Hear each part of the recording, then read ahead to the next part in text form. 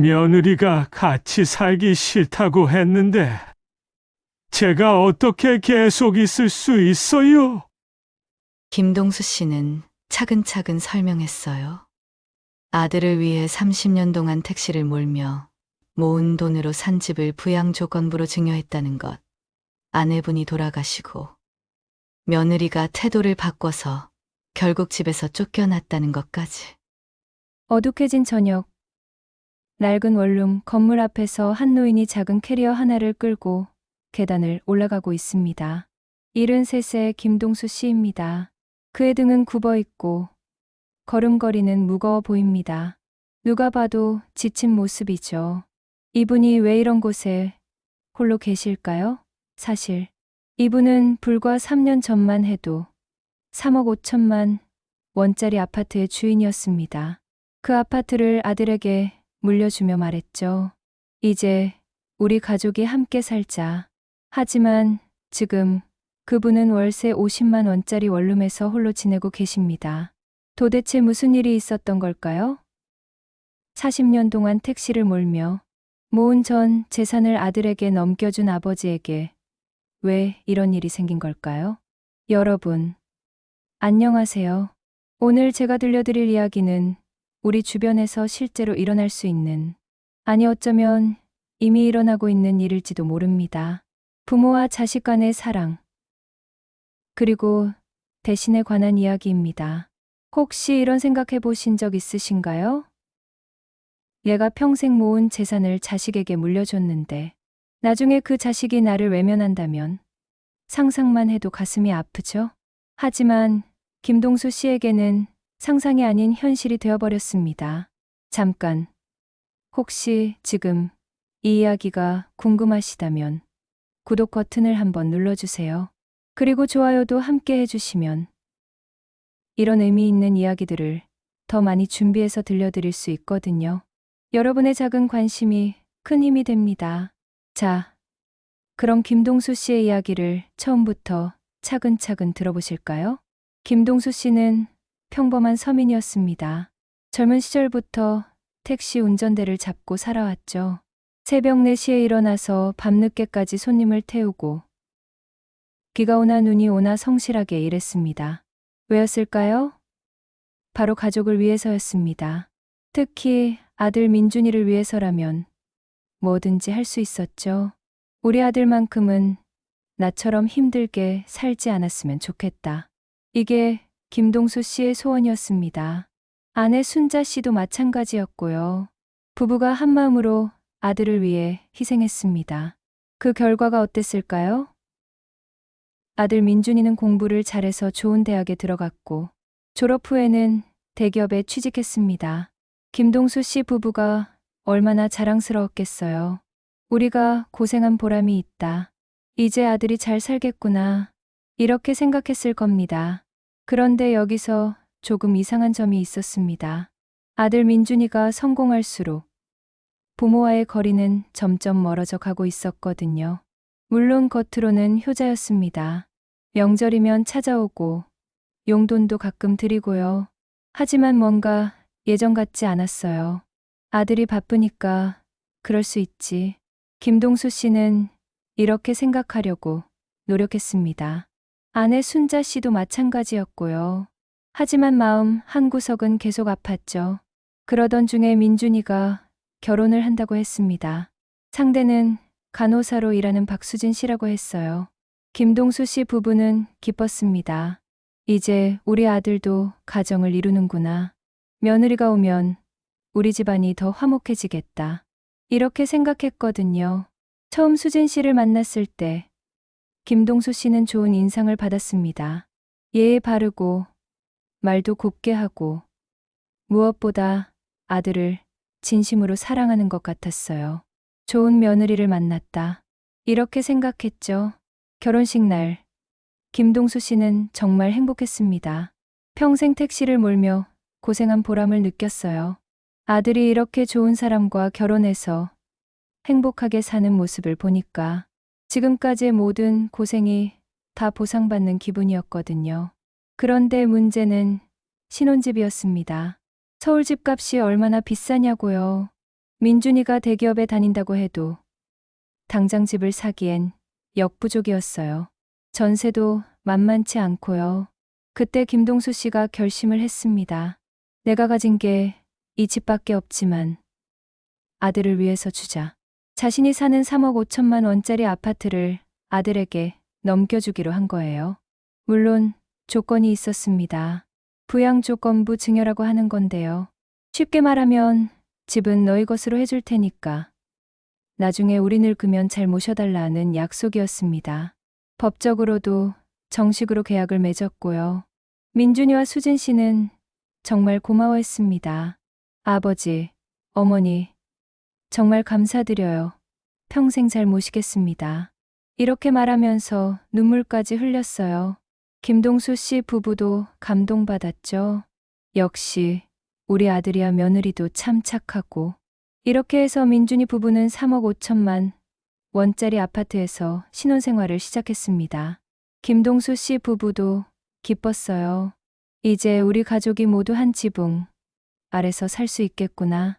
이런 희망을 품었거든요. 하지만 현실은 그렇게 호락호락하지 않았습니다.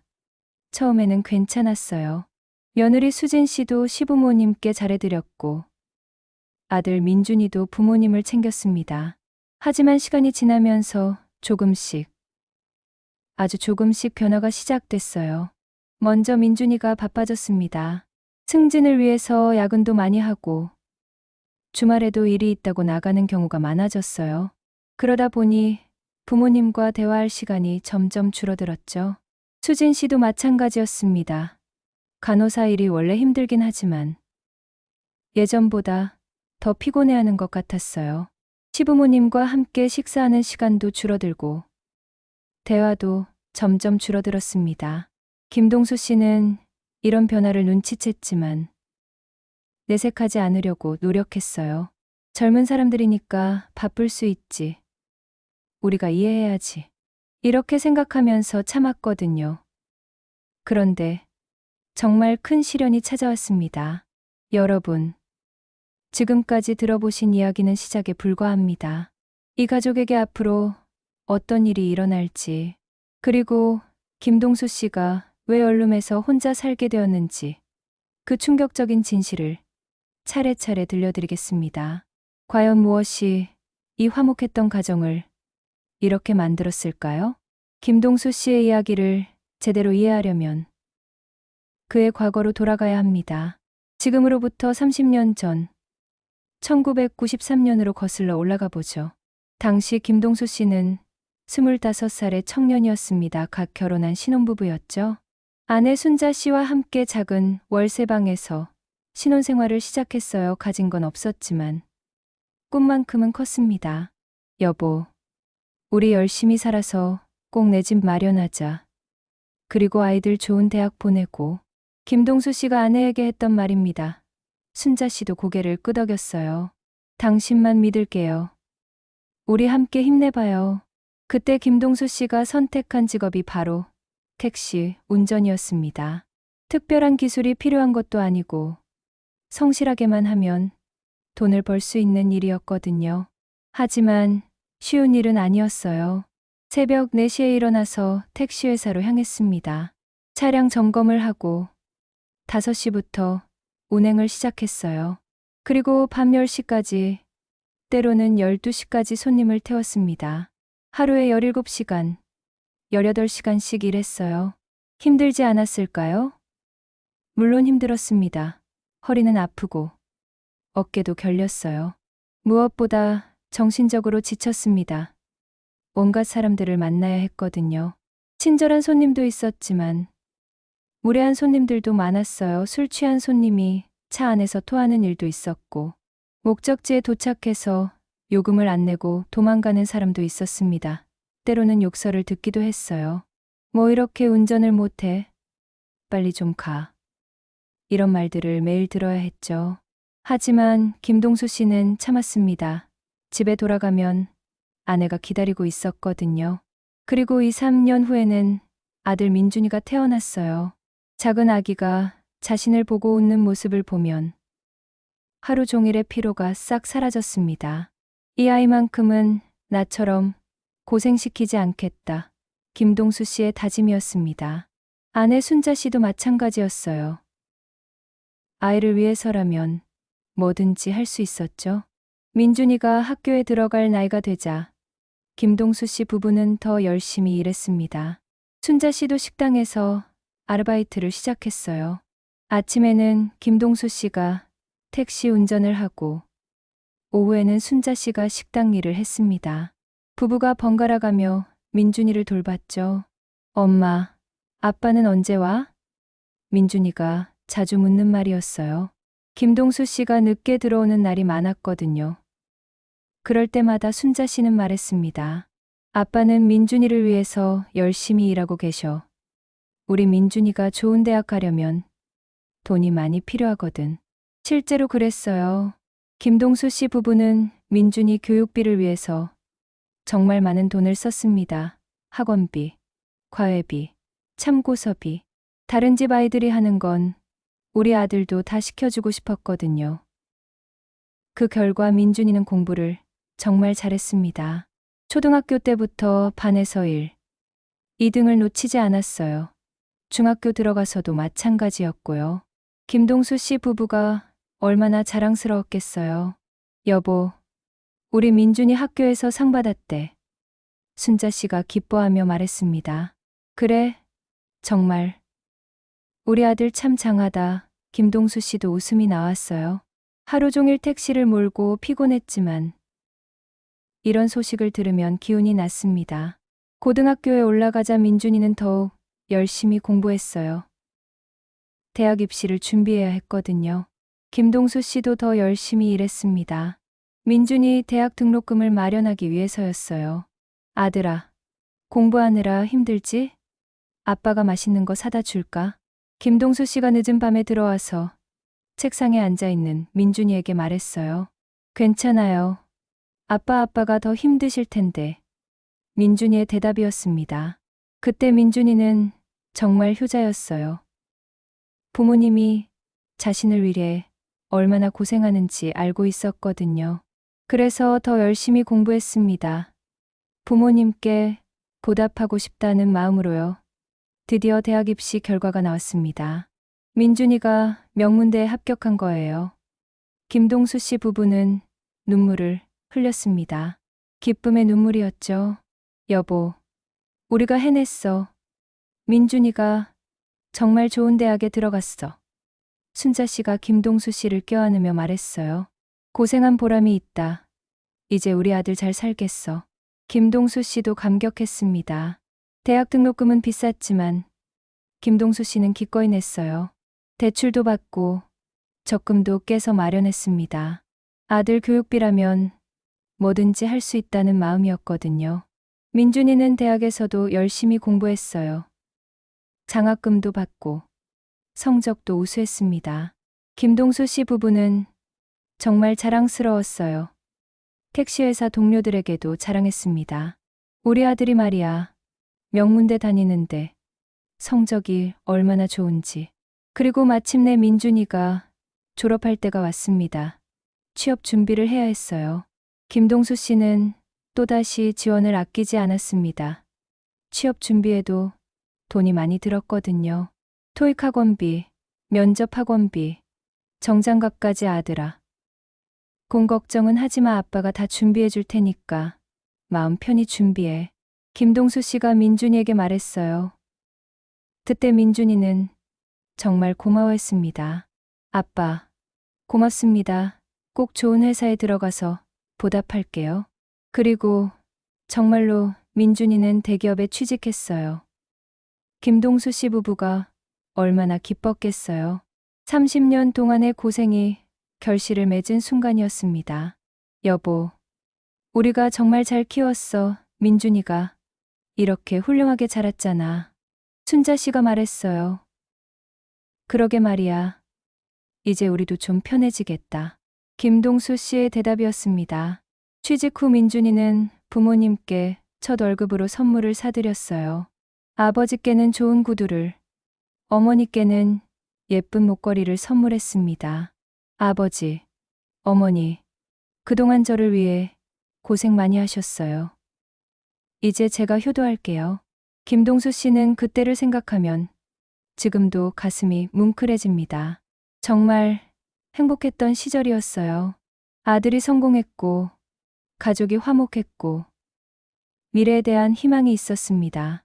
하지만 그때 김동수 씨는 몰랐어요. 아들의 성공이 오히려 가족을 멀어지게 만들 수도 있다는 걸 말이에요. 결혼 후 2년이 지났습니다. 처음 몇 달은 정말 좋았어요. 민준이와 수진 씨는 신혼의 달콤함에 빠져 있었고, 김동수 씨 부부도 젊은 부부를 보며 흐뭇해했습니다. 수진 씨는 시부모님께 정말 잘해드렸어요. 저녁에 병원에서 돌아오면 어머님 안부를 묻고, 주말에는 함께 장을 보러 가기도 했습니다.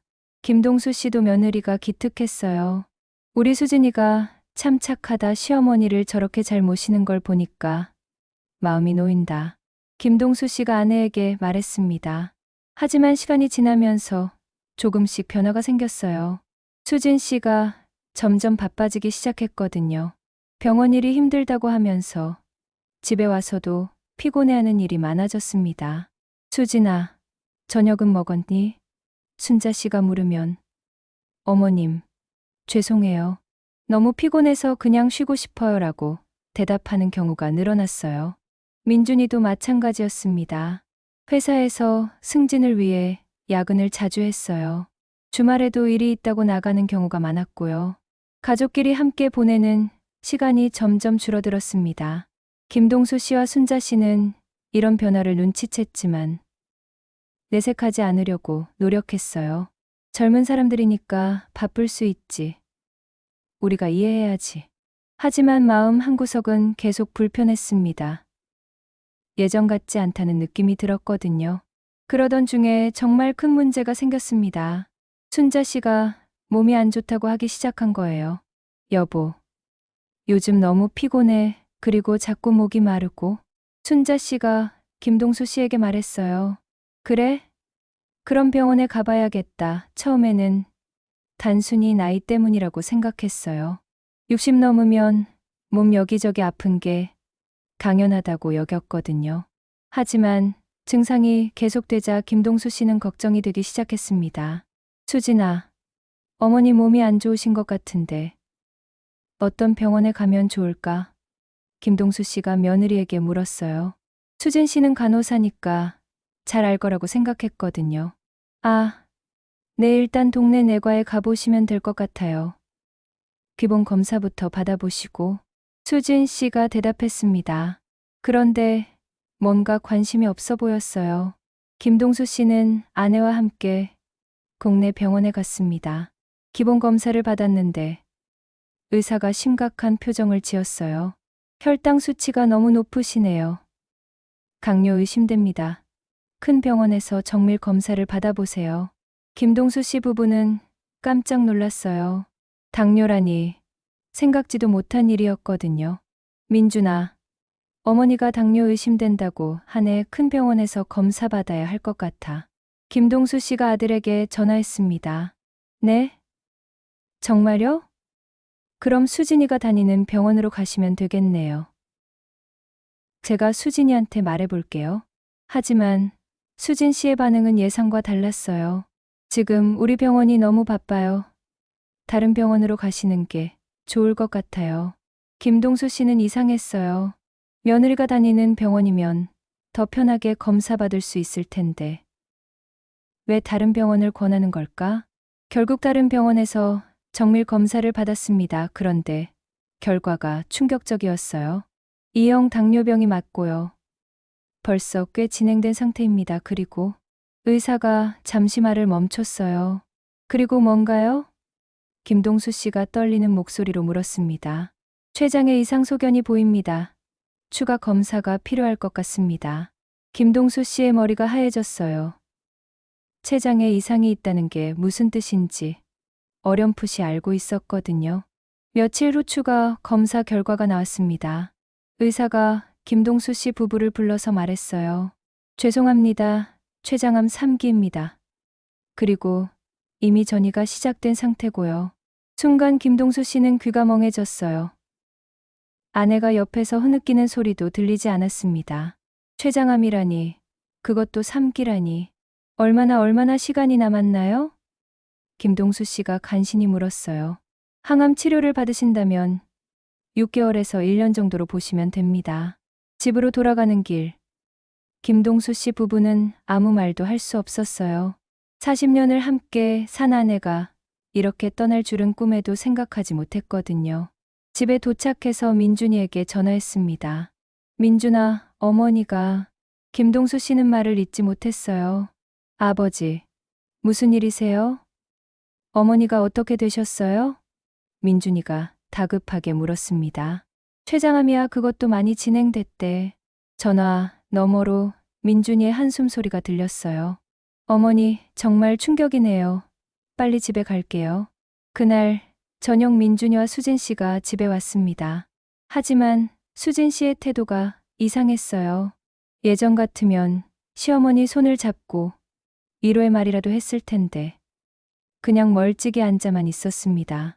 수진아, 어머니 병원 치료는 어떻게 하면 좋을까? 김동수 씨가 물었어요. 글쎄요, 췌장암은 워낙 어려운 병이라서요. 항암 치료도 부작용이 심하고요.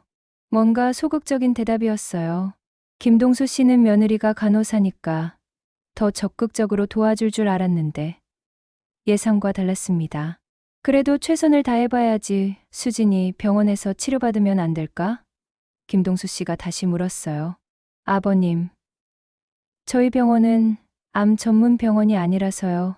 다른 곳이 더 좋을 것 같아요. 결국 김동수 씨는 혼자서 여러 병원을 알아봤습니다. 그리고 가장 좋다는 병원에서 아내의 치료를 시작했어요. 항암 치료가 시작되자 순자 씨는 정말 힘들어했습니다.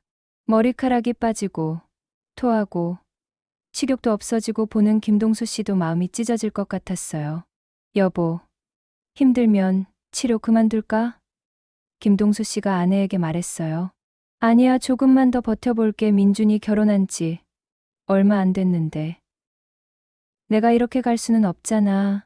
순자 씨는 끝까지 포기하지 않으려고 했어요. 아들과 며느리를 위해서라도 살고 싶었거든요. 하지만 민준이와 수진 씨의 병문안은 점점 줄어들었습니다. 처음에는 일주일에 한두 번 왔는데 나중에는 2주일에 한 번, 한 달에 한 번으로 줄어들었어요. 민준아, 어머니 많이 힘들어 하시는데 좀 자주 와서 얼굴이라도 보여드려라. 김동수 씨가 아들에게 말했습니다. 아버지, 죄송해요. 요즘 회사 일이 너무 바빠서요. 수진이도 병원에서 야근이 많고요. 변명은 항상 똑같았어요. 바쁘다는 것이었죠. 김동수 씨는 거의 혼자서 아내를 간병했습니다.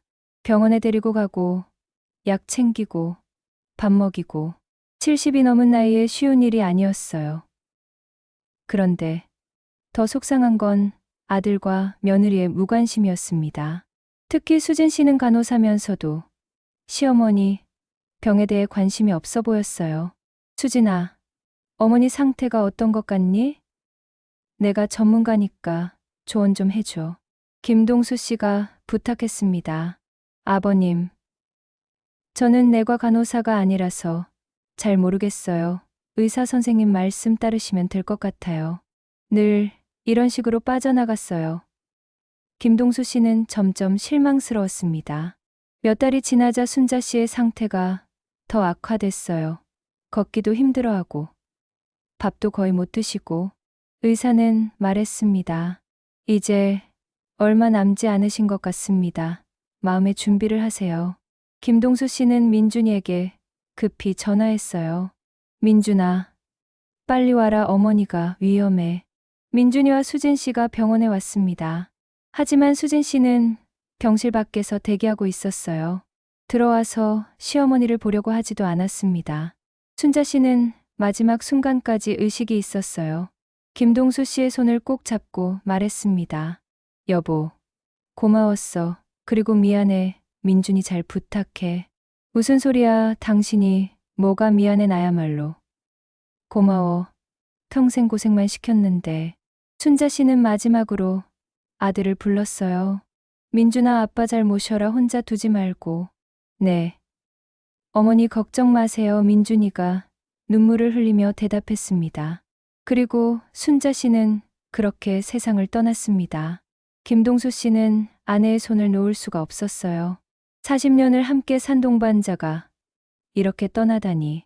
하지만 정말 힘든 건 장례식 때였습니다. 따로 살자고? 김동수 씨가 믿을 수 없다는 듯이 물었어요. 아버지, 그게 아니라 좀 더 서로 편한 환경에서. 민준이는 말을 제대로 잊지 못했어요. 아버지의 표정이 너무 충격받은 것 같았거든요. 민준아, 너도 그렇게 생각하는 거야? 김동수 씨가 떨리는 목소리로 물었습니다. 아버지, 그게 아니라 수진이가 너무 힘들어해서. 그럼 수진이가 힘들어하니까 아버지는 쫓겨나야 한다는 거냐? 김동수 씨의 목소리에 분노가 섞여 있었어요. 40년을 함께 살아온 집, 자신이 아들에게 준 집에서 쫓겨나야 한다니. 아버지, 쫓겨나는 게 아니라 독립하시는 거죠. 좋은 집 구해드릴게요. 좋은 집? 김동수 씨가 비웃었어요. 이 집만큼 좋은 집이 어디 있어? 내가 40년 동안 모은 돈으로 산 집인데.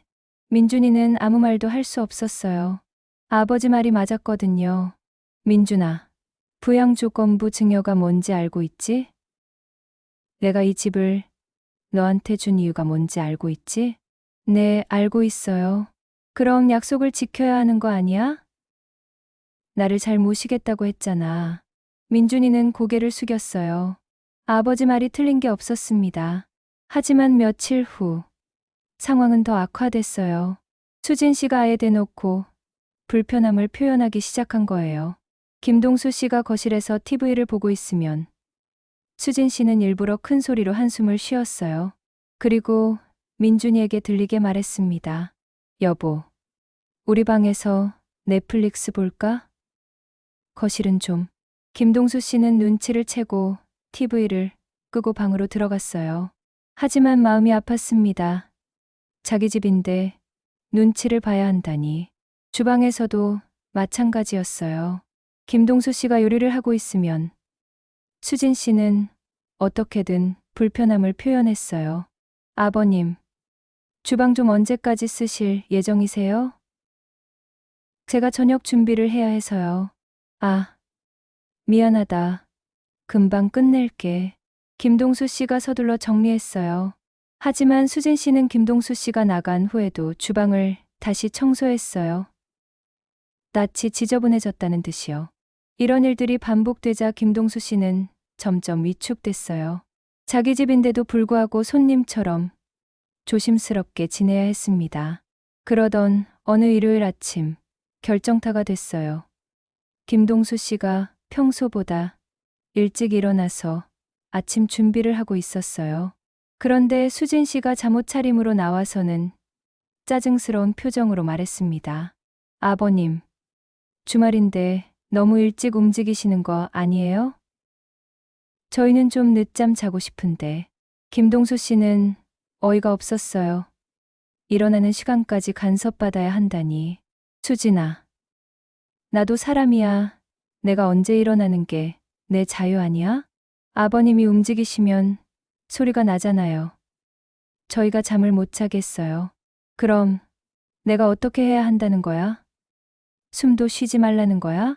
김동수 씨의 목소리가 높아졌어요. 참고 참았던 화가 터져 나온 거예요. 그때 민준이가 나왔어요. 아버지, 수진아, 무슨 일이에요? 민준아, 이제 정말 못 참겠다. 내가 왜 내 집에서 이런 취급을 받아야 하는 거야? 아버님, 저도 참을 만큼 참았어요. 이제 정말 한계예요. 수진 씨도 맞받아쳤어요. 한계? 뭐가 한계야? 내가 너한테 뭘 잘못했어? 아버님이 계시면 저희가 불편해요. 솔직히 말씀드릴게요. 신혼부부인데 자유롭게 지낼 수가 없어요. 김동수 씨는 분노가 치밀어 올랐어요. 그럼 내가 나가라는 말이야? 네. 맞아요. 아버님도 편하시고 저희도 편할 거예요. 수진아, 민준이가 말렸지만 이미 늦었어요. 김동수 씨는 소리쳤어요. 이 집이 누구 집인지 알고 있어? 내가 40년 동안 모은 돈으로 산 집이야. 내가 너희한테 공짜로 준 집이라고. 아버님, 저희가 언제 공짜로 받았다고 했어요? 교양 조건이 있었잖아요. 그런데 아버님이 너무 심하시잖아요. 내가 뭘 심하게 했어? 맨날 집에 계시면서 저희를 감시하시잖아요.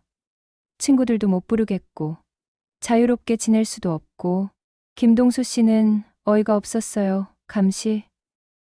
자기가 언제 감시했다는 건지. 나는 그냥 조용히 지내려고 했어. 너희 눈치 보면서. 그게 눈치 보시는 거예요? 아버님은 맨날 저희가 뭐 하는지 관심 가지시잖아요. 사실이 아니었어요. 김동수 씨는 오히려 아들 부부에게 신경 쓰지 않으려고 노력했거든요. 수진아, 이제 그만해. 민준이가 크게 소리쳤어요. 하지만 수진 씨는 멈추지 않았어요. 여보, 당신도 솔직하게 말해봐. 아버님이 계시면 불편하잖아. 우리끼리 있을 수도 없고, 맘대로 할 수도 없고. 민준이는 곤란한 표정이었어요. 아버지와 아내 사이에 끼어서 어쩔 줄 몰랐거든요. 민준아, 너도 그렇게 생각하는 거야? 김동수 씨가 아들을 똑바로 바라보며 물었어요.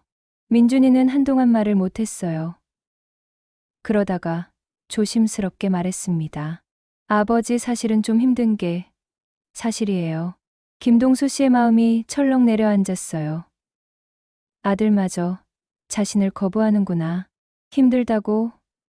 내가 뭘 잘못했는데? 아버지가 잘못하신 건 아니에요. 하지만 저희도 부부잖아요. 둘만의 시간이 필요하고. 그럼 내가 방해가 된다는 말이야? 민준이는 대답하지 못했어요. 침묵이 답이었죠. 김동수 씨는 분노와 배신감으로 온몸이 떨렸어요. 좋아, 알겠다. 내가 나갈게. 아버지, 됐어. 더 이상 말하지 마. 김동수 씨는 방으로 들어가서 짐을 싸기 시작했어요. 그렇게 많지도 않았어요. 옷가지 몇 벌과 약간의 생활용품들. 수진 씨는 거실에서 민준이에게 말했어요. 잘 됐어. 이제 우리끼리 편하게 살 수 있겠네. 민준이는 아무 말도 하지 않았어요. 뭔가 찜찜한 기분이었거든요. 몇 시간 후, 김동수 씨는 작은 캐리어 하나를 끌고 집을 나섰어요. 73년을 살면서 이렇게 쫓겨나듯 집을 나서는 건 처음이었습니다. 아버지, 어디 가실 거예요? 민준이가 뒤따라 나왔어요. 모르겠다. 일단 찜질방이라도 가야지. 아버지, 죄송해요.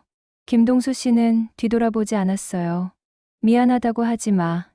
너희가 선택한 일이야. 그렇게 김동수 씨는 자신이 30년 동안 모든 걸 바쳐 키운 아들에게 자신이 평생 모은 돈으로 사준 집에서 쫓겨났습니다. 찜질방에서 하룻밤을 보낸 김동수 씨는 다음 날 부동산에 갔어요. 월세방을 구하려고요. 어르신, 어떤 집을 원하세요? 부동산 중개업자가 물었어요. 저렴한 원룸이면 돼. 혼자 살 거니까. 예산은 어느 정도로 생각하세요? 김동수 씨는 잠시 계산해 봤어요. 국민연금과 기초연금을 합쳐봐야 한 달에 70만 원 정도였어요. 거기서 생활비를 빼면 월세로 낼 수 있는 돈은 많지 않았습니다. 월세 50만 원 이하로. 중개업자는 난색을 표했어요. 어르신, 요즘 서울에서 50만 원으로는 정말 어려워요. 좀 멀리 나가시거나 아니면 지하나 반지하뿐일 거예요. 결국 김동수 씨는 지하철역에서 한참 떨어진 낡은 건물의 반지하 원룸을 얻었어요. 보증금 500만 원에 월세 50만 원이었습니다. 방은 정말 좁았어요. 한 평 남짓한 공간에 화장실과 간이, 주방이 붙어 있었습니다. 곰팡이 냄새가 났고 환기도 잘 안 됐어요. 김동수 씨는 그 좁은 방에 앉아서 한참을 울었습니다. 3억 5천만 원짜리 아파트에서 월세 50만 원짜리 반지하로. 이게 현실이라니. 민준이가 가끔 연락했어요. 아버지, 안녕하세요. 어떻게 지내세요? 잘 지낸다. 김동수 씨는 짧게 대답했어요. 용돈 필요하시면 말씀하세요. 처음에는 민준이가 한 달에 50만 원씩 용돈을 줬어요. 하지만 그것도 오래가지 않았습니다. 아버지, 죄송한데 이번 달은 좀 어려워서 다음 달에 몰아서 드릴게요. 그 다음 달에도 용돈은 오지 않았어요. 민준이는 항상 바쁘다는 핑계로 연락도 뜸했습니다. 김동수 씨는 혼자서 근근히 살아갔어요. 국민연금과 기초연금으로는 월세와 생활비를 겨우 감당할 정도였습니다. 고기는 꿈도 못 꾸고 라면으로 때우는 날이 많았어요. 그러던 어느 날, 김동수 씨는 우연히 법무사 사무실 앞을 지나가다가 간판을 봤어요. 부양조건부 증여 해제 상담. 김동수 씨는 발걸음을 멈췄습니다. 부양조건부 증여 해제. 그런 게 가능한가? 호기심에 사무실에 들어갔어요. 어르신, 무슨 일로 오셨나요? 법무사가 친절하게 물었어요.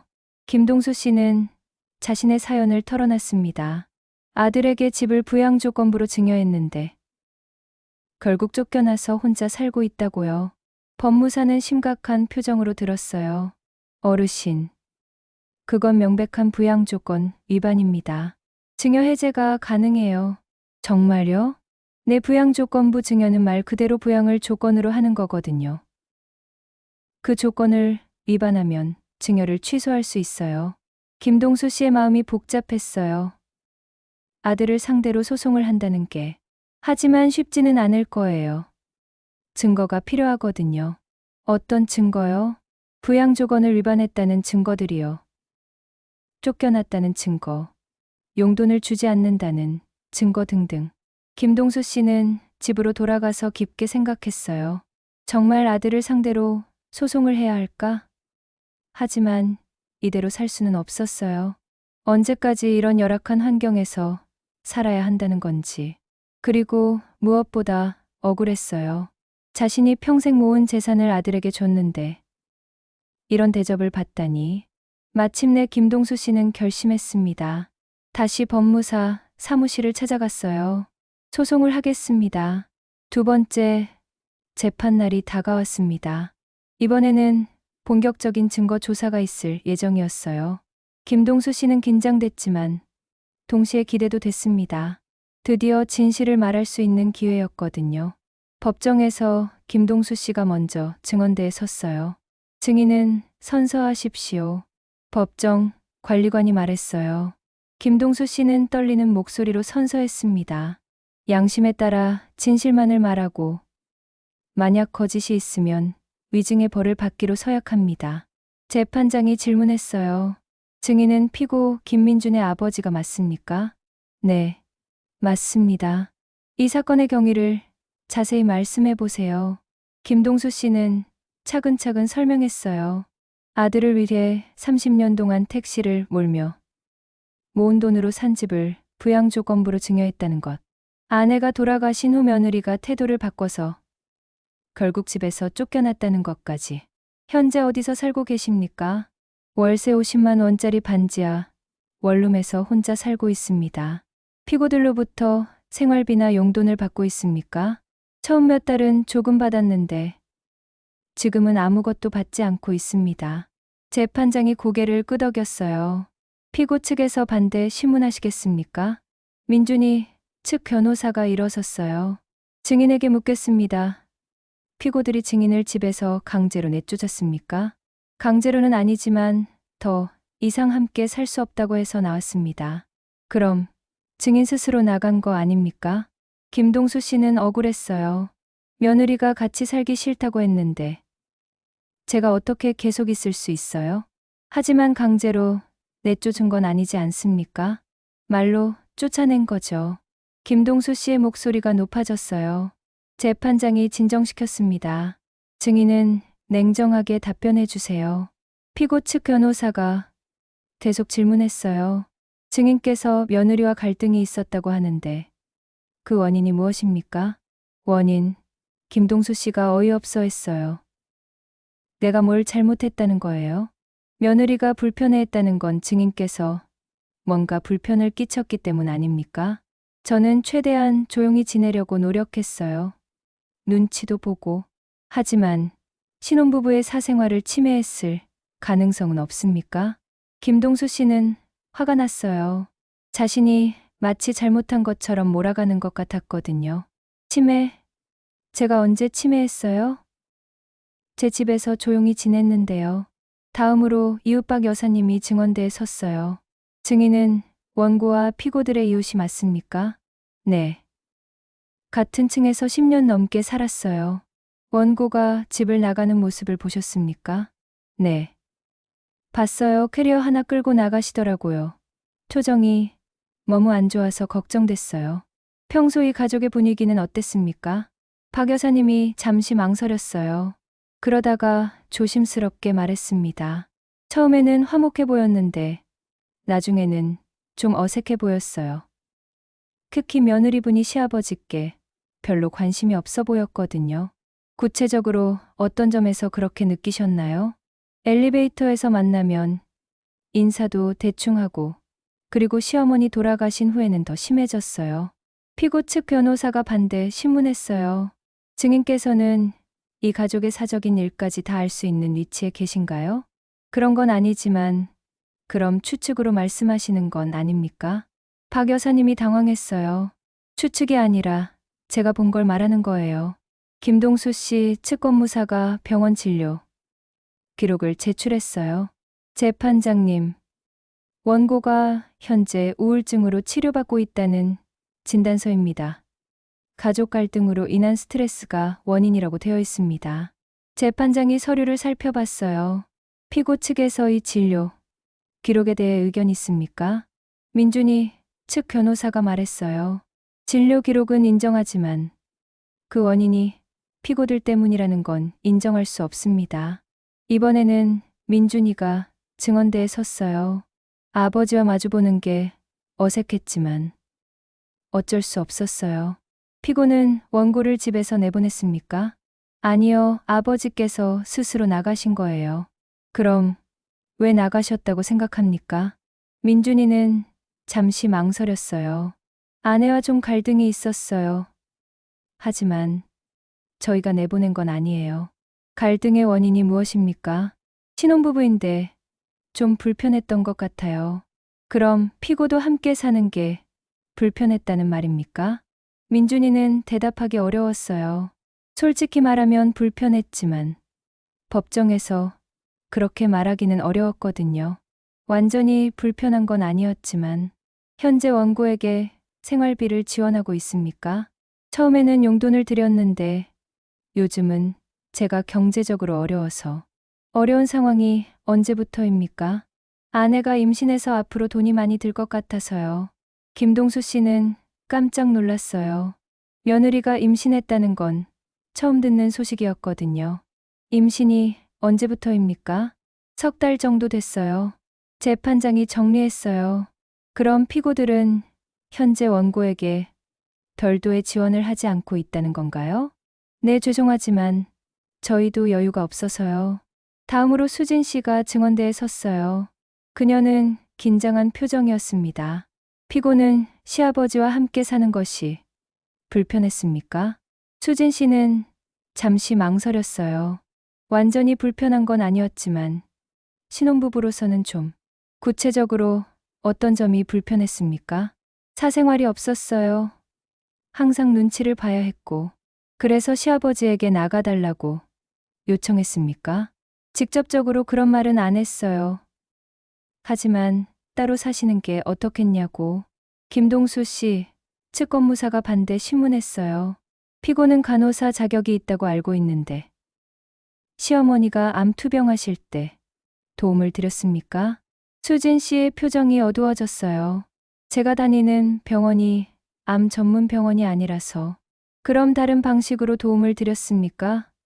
병원에 함께 가신다든지. 업무가 너무 바빠서 자주는 못 갔어요. 몇 번이나 병문안을 가셨나요? 수진 씨는 점점 작은 목소리가 됐어요. 정확히는 기억이 안 나네요. 한 달에 한 번도 안 가신 건 아닙니까? 그건 재판장이 중재했어요. 증인은 기억나는 대로 답변하시면 됩니다. 증인 신문이 끝나고 김동수 씨 측에서 추가 증거를 제출했어요. 원룸 임대차 계약서와 통장 사본이었습니다. 법무사가 설명했어요. 재판장님, 이것은 원고의 현재 거주지, 계약서입니다. 3억 5천만 원짜리 아파트의 소유자가 월세 50만 원짜리 반지하에 살고 있다는 것 자체가 부양받지 못하고 있다는 증거입니다. 그리고 이것은 원고의 통장 사본입니다. 국민연금과 기초연금 외에는 다른 수입이 전혀 없습니다. 재판장이 서류들을 꼼꼼히 살펴봤어요. 피고 측 변호사가 반박했어요. 재판장님, 원고가 현재 어려운 상황에 있는 것은 인정하지만 그것이 피고들의 부양 의무 위반 때문이라고 볼 수는 없습니다. 피고들도 신혼부부로서 경제적 여유가 없고 특히 임신으로 인해 앞으로 더 많은 지출이 예상되는 상황입니다. 또한 원고께서 스스로 집을 나가신 것이지 피고들이 강제로 내보낸 것은 아닙니다. 김동수 씨 측 법무사가 재반박했어요. 재판장님, 부양조건부, 증여의 핵심은 부양입니다. 경제적 어려움이 있다고 해서 부양 의무가 면제되는 것은 아닙니다. 특히 피고들은 원고로부터 3억 5천만 원 상당의 재산을 무상으로 증여받았습니다. 그에 상응하는 부양 의무가 있는 것입니다. 재판장이 정리했어요. 오늘 증거 조사는 여기까지 하겠습니다. 다음 기일에는 당사자 본인 신문을 하겠습니다. 법정을 나서면서 김동수 씨는 복잡한 심정이었어요. 아들과 며느리의 증언을 들으니 더 실망스러웠습니다. 특히 며느리가 임신했다는 소식은 충격이었어요. 손자가 생긴다는 기쁜 소식을 왜 알려주지 않았을까? 그날 밤, 김동수 씨는 혼자서 많은 생각을 했어요. 정말 이 소송을 계속해야 할까? 손자가 태어나면 상황이 달라질까? 하지만 동시에 화도 났어요. 임신했다고 해서 부양 의무가 없어지는 건 아니잖아요. 오히려 더 도움이 필요할 때 할아버지 역할을 해줄 수 있는데 법무사에게 전화했어요. 오늘 재판 어떻게 보셨어요? 나쁘지 않았어요, 어르신. 상대편이 별다른 반박 증거를 제시하지 못했거든요. 그럼 이길 수 있을까요? 가능성이 높아 보입니다. 특히 원고님의 현재 생활 상황이 부양받지 못하고 있다는 걸 잘 보여주고 있어요. 김동수 씨는 조금 안심했어요. 하지만 마음 한구석은 여전히 아팠습니다. 며칠 후 민준이에게서 전화가 왔어요. 아버지 통화 좀 할 수 있을까요? 무슨 일이야? 아버지, 이제 그만하면 안 될까요? 수진이가 임신했는데 스트레스 받으면 안 좋잖아요. 김동수 씨는 씁쓸했어요. 임신한 건 축하한다 하지만 소송은 계속할 거야. 아버지, 제발요. 저희가 잘못했어요. 다시 같이 살아요. 이제 와서 무슨 소리야? 진작에 그럴 생각을 했어야지. 아버지, 더 이상 말하지 마. 법정에서. 결론, 내자 김동수 씨는 전화를 끊었어요. 아들의 목소리에 후회가 섞여 있는 것 같았지만 이미 늦었어요. 세 번째 재판 날이 됐습니다. 이번에는 당사자 본인 신문이 있을 예정이었어요. 김동수 씨가 먼저 신문을 받았어요. 원고는 정말로 집을 되찾고 싶습니까? 네, 그렇습니다. 그럼 피고들과의 관계는 어떻게 하실 건가요? 김동수 씨는 잠시 망설였어요. 사실 이 부분이 가장 어려웠거든요. 저도 가족이니까 화해하고 싶어요. 하지만 약속은 지켜져야 한다고 생각해요. 만약 재판에서 이기신다면 피고들을 집에서 내보내실 건가요? 그건 그때 상황을 봐서. 김동수 씨는 확답을 피했어요. 사실 복잡한 심정이었거든요. 민준이도 신문을 받았어요. 피고는 정말로 아버지를 부양할 의사가 없습니까? 아니요, 부양하고 싶어요. 하지만 지금 상황이 어려워서. 그럼 재판에서 지시면 어떻게 하실 건가요? 아버지를 모시겠습니다. 제대로 모시겠어요. 재판장이 고개를 끄덕였어요. 알겠습니다. 다음 기일에 판결을 선고하겠습니다. 드디어 마지막 재판 날이 다가왔습니다. 김동수 씨는 긴장됐어요. 이 재판의 결과에 따라 자신의 앞으로의 삶이 결정될 테니까요. 지금으로부터 1년이 지났습니다. 김동수 씨는 다시 그 아파트에서 아들, 가족과 함께 살고 있어요. 완전히 예전 같지는 않지만 그래도 많이 나아졌습니다. 무엇보다 손자 때문에 집안 분위기가 밝아졌어요. 작은 아이 하나가 이렇게 큰 변화를 가져올 줄은 몰랐거든요. 할아버지, 이제 걸음마를 시작한 손자가 김동수 씨에게 달려옵니다. 김동수 씨는 그 작은 손자를 안아 올리며 웃어요. 우리 손자 참 예쁘다. 할아버지 좋아. 할아버지 좋아. 손자가 어눌하게 대답해요. 이런 순간들이 김동수 씨에게는 무엇보다 소중합니다. 그 힘든 시간들이 있었기에 지금의 평범한 일상이 더욱 감사하게 느껴져요. 수진 씨도 많이 달라졌어요. 아이를 키우면서 시아버지의 도움이 얼마나 큰지 깨달았거든요. 아버님, 정말 감사해요. 아버님 안 계셨으면 어떻게 했을까요? 김동수 씨가 손자를 돌봐주는 동안 수진 씨는 잠시 쉴 수 있었어요. 육아가 얼마나 힘든지 몸소 느끼고 나니 시아버지의 존재가 정말 고마웠습니다. 민준이도 달라졌어요.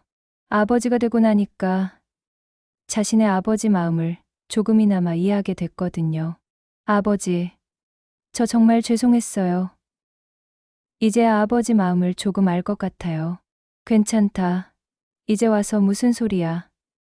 우리 앞으로 잘 지내면 되는 거지. 하지만 김동수 씨는 가끔 그때 일을 생각해요. 만약 그때 소송을 하지 않았다면 어떻게 됐을까? 아마도 지금까지 그 춥고 습한 반지하에서 혼자 살고 있었을 거예요. 손자가 태어나는 것도 모르고 가족의 소중함도 깨닫지 못한 채로요. 때로는 용기를 내는 것도 필요하다는 걸 그때 배웠어요. 무조건 참고 양보하는 게 미덕은 아니라는 것을요. 물론 가족 간의 법정 다툼을 하는 건 정말 마지막 수단이어야 해요. 하지만 김동수 씨 같은 경우에는 그것 말고는 다른 방법이 없었거든요. 그런데 여러분은 어떻게 생각하시나요?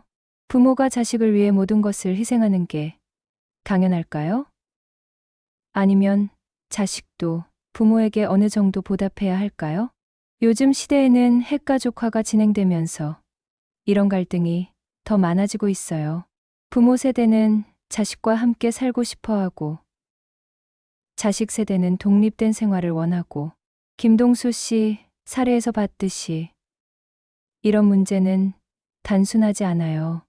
누가 일방적으로 잘못했다고 말하기도 어렵고요. 하지만 분명한 건 소통이 가장 중요하다는 거예요. 김동수 씨 가족도 결국 서로 마음을 터놓고 이야기하면서 해결책을 찾았거든요. 그리고 또 하나 중요한 건 약속은 지켜야 한다는 거예요. 부양 조건부 증여든 뭐든 약속을 했으면 지켜야 해요.